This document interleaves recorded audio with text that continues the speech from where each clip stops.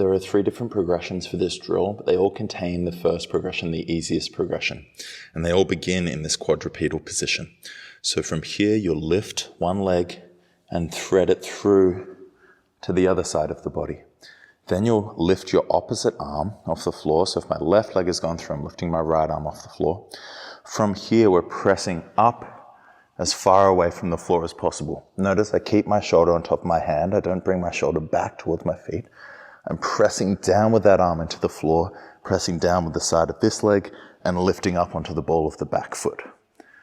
And then you'll drop back down, replace the hand, thread this leg back into the quadrupedal position, and then change sides. Step through, release the opposite hand, press up, sink back down, replace the hand, and return to the quadrupedal.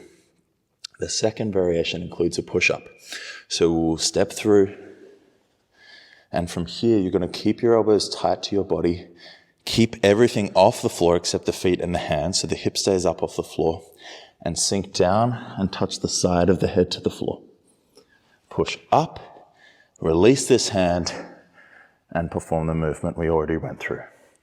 Sink back down, replace the hand, change sides. Thread the leg through, push up, keeping the elbows tight to the body, press away, release the other hand, press up, sink down, replace the hand, return to the starting position. The third variation, the most challenging variation, will be a one-arm push-up. So it starts the same way, thread through, release the hand, keep the side of the leg off the floor, touch the side of the head to the floor, push up, lift all the way up, as in the first variation, come back down, replace the hand, thread back through, and then go to the other side.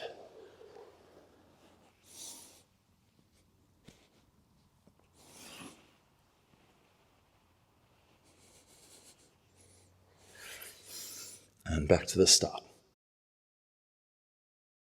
Set up with the hands shoulder width apart, or a little wider than shoulder width apart, but don't be overestimating the width of your shoulders. Okay, so the index fingers are parallel, or for those lacking wrist mobility, you might have to turn the hands out to 45 degrees from facing forward. This is a straight arm drill. We're cueing external rotation of the upper arm, turning the inside of the elbow forward, and keeping the arm completely locked straight. Then you'll come up into a support position. You're going to cue a posterior pelvic tilt, a tail tuck to flatten the lower back. So we're not arching here. We're flattening or even rounding the lower back. The glutes are on and the abs are on. And then you'll cue scapular protraction, pushing away from the floor, spreading the shoulder blades apart while avoiding elevation. Yeah, we keep the scaps depressed, pulled down, maintaining distance between the shoulder and the ear while cueing protraction. Push away, pull the shoulders down. And from here, you'll lean as far forward as you can, and it might not be that far. And then come back. If you can go farther, you do. Keeping the arms straight, cueing protraction, pushing down into the floor, keeping the scaps down in depression.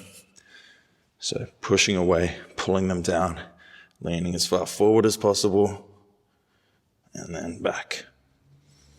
As far forward as possible. And then back.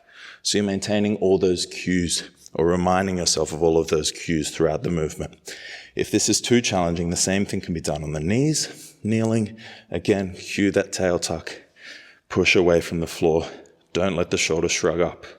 Maintain that shape as you lean forward, and then push back. Lean forward, and then push back. Key for the pistol squat is that we maintain a strong arch in the working foot.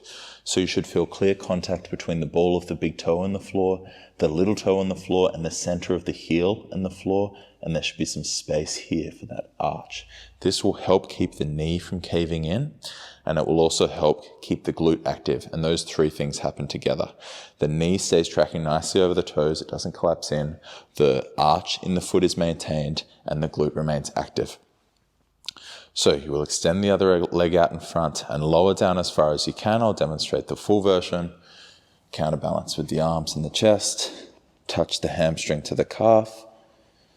and come back up. There's no need to lift the leg all the way up here. Just reach it forward. Go into full knee flexion at the bottom and draw yourself back up. If this is impossible for you, then you will reduce the range of motion, so you just go down as far as you can. Ideally, you touch a target. If you don't have a target available, just go down as far as you can. But if you do, you will set it up, maybe the edge of a couch or something like that. You're not going to sit onto the object, you'll just lightly touch it with the butt and come back up. So we lower down, light contact, and straight back up. Maintain that arch in the foot. Don't let the knee cave in. Yeah, so we're not letting the knee fold in. And you should feel some work in the outside of the hip as a consequence of that. Sit with the hands on the floor beside you, just behind the line of the hips. The fingers are pointing out at about 45 degrees from forward. If this is uncomfortable for you, if you have tight wrists, you might try pointing the fingers back and see what effect that has. So the hands are as close to shoulder width apart as possible. It's a straight arm movement. Yeah, we're going to drive the hips up, not the belly up, but the hips up, squeezing the glutes and pressing the heels down hard into the floor to help with that glute contraction. And from here, you're going to cue scapular retraction. You'll pull your shoulder blades together such that the center of the chest moves up. Yeah, we're not lifting the belly. Keep the ribs drawn in, but pull the shoulder blades together. So it's a full glute contraction. You're pushing down as hard as you can into the floor. The opposite of this movement will be scapular protraction, where we spread the shoulder blades apart. So we're not doing that. We're retracting, pulling them together, and you're going to hold here. We're just performing an isometric hold for the prescribed amount of time.